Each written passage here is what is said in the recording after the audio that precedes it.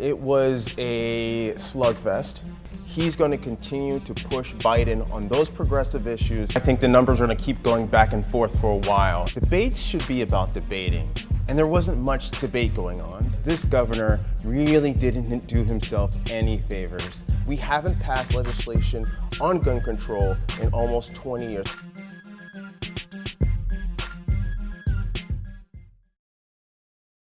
What a day yesterday. You worked in that building for many years. Upon first witnessing these people and essentially rushing the steps to get inside the building, what goes through your mind? This is something a lot of people don't know, but usually there's a lot more Capitol Hill presence, a lot more Secret Service presence when members are present. When they're not there, they're gone. But that's why yesterday was so surprising, because they were there counting the Electoral College votes. Symbolically, the fact that every member of Congress decided we're going right back in just a few hours after this chaos erupted. And I believe that was a great move from both all of the House leadership, Senate leadership, McConnell, Schumer, Pelosi. They did the right thing by staying the course and making sure that the American people's votes count. We're at the point now, New Hampshire is behind us, Iowa sort of is behind us. People are dropping out. Where are we now with these candidates? 8 candidates in the race. Yeah. For all intents and purposes, Bernie Sanders is considered the front runner.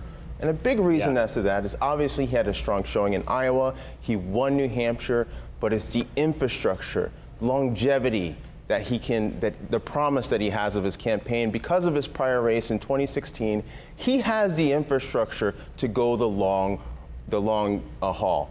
Also, the wild card in the mix there is Michael Bloomberg, who will enter the race during Super Tuesday on March 3rd.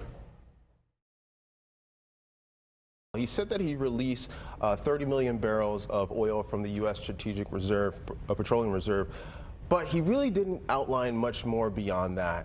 I think there was definitely a hole there. And look, Americans also understand that gas prices were high before the invasion in Ukraine, so they're looking for a lot more there. But he did, in terms of inflation, talk about the fact that he wanted to address inflation by reinvesting in American manufacturing. He wanted to speed up supply chains as well, and invest in childcare and aftercare or elder care for older Americans. Yeah, what did he say? Our greatest secret community colleges at some point? Yes. Yeah, talking about that. Republicans obviously have their side. What was their response yesterday? I think Republicans had the same issues that a lot of Americans have, in that they wanted the details. They wanted to know, okay, we understand that there's solidarity here with Ukraine, but what are we going to do to stop Putin? In terms of inflation, we understand that prices are high, bread is high, gas prices are high. We understand that you're releasing 30 million barrels, but what else are you doing to help get those prices down so we can afford the food that's in the grocery stores? We are continuing to follow breaking news. Longtime Democratic Congressman Elijah Cummings died this morning. Fox 5 political analyst Charles Chamberlain knew Cummings personally and joins us now. Charles, good morning. Good morning. You knew Mr. Cummings, obviously. What a loss, not just for Congress, but really for the country. Huge loss. We're losing a generation of politicians of integrity, of people that stood for something and really brought people together. One of his last acts, he defended a Republican congressman who was being accused of being racist, and said, look, this is my friend. This is someone I've served with for many years. I know him, I know his family, and he's not a racist. And because you knew him personally, I just wanted to ask you on a personal level, when you woke up this morning and you heard the news, shock. Shock, couldn't believe it. You know, he had just started as the House Government Reform Oversight Committee. That's a huge deal. Yeah. That seat is responsible for keeping the White House in check. We all know about that seat through our former Congressman Darrell Issa, who was a lightning rod for President Obama. Well, Elijah Cummings is the same thing for Donald Trump. So he was, gearing up for a long fight. He's only served in that seat for 2 years. It is a huge loss for Democrats on Capitol Hill.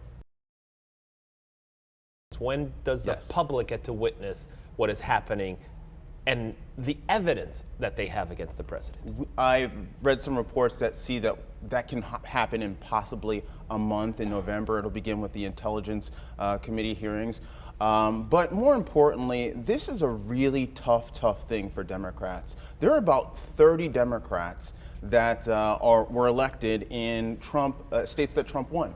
And so right now, the reason why Pelosi has been slow to approach this is because she knows that the majority in the House is dependent upon those 30 Democrats that won those also Trump winning seats. She loses those 30 seats, she loses the majority. Right. So she's protecting that, and she's being very judicious about how they're moving forward. It is up to Democrats right now through this impeachment process to decide how they are going to prosecute the president. The articles of impeachment, think of them as an indictment against Trump. So what are they indicting him on? Is it on this Ukraine issue? Is it on the obstruction of justice? Do you just forget about that? And then I'm actually hearing from some Democrats that want to indict him based upon his behavior, based upon bigotry or perceived racism. There are a number of issues of which they can begin to draft articles of impeachment and pass on to the Senate. When President Clinton was going through this process, there were actually 4 articles of impeachment that were being discussed on the floor. Only 2 made it out the House. Last night, Loeffler was in the lead. This morning we woke up, the race was called with Warnock. Was that a surprise for everyone? I think absolutely was surprised. It was surprised that Joe Biden took the state with just 12,000 votes, 5 million votes cast. This race was so important that I've read some numbers that between November 4th and yesterday, $500 million were spent in this state. That's the stakes. That's how important it was. And it was very close. I think both camps were confident. I would say there's probably a little bit more confidence with Democrats looking at their numbers going into the election. But I don't think anybody was really counting their chickens before they hatched.